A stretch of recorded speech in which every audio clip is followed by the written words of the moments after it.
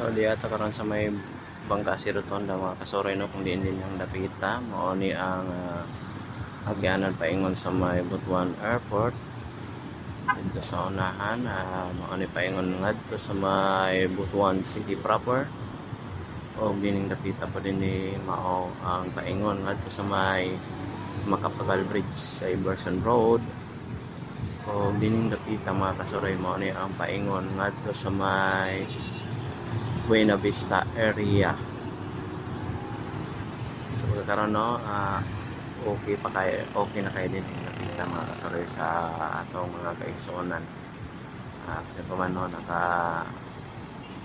under renovation gapon kini nga rotonda mga kasuroy no for di gapon ta mga kasuroy din nilupita.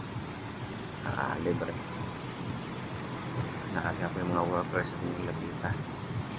So pagkakaroon no open ang ato ang rotonda karong adlaw mga kasuroy. Maraming salamat.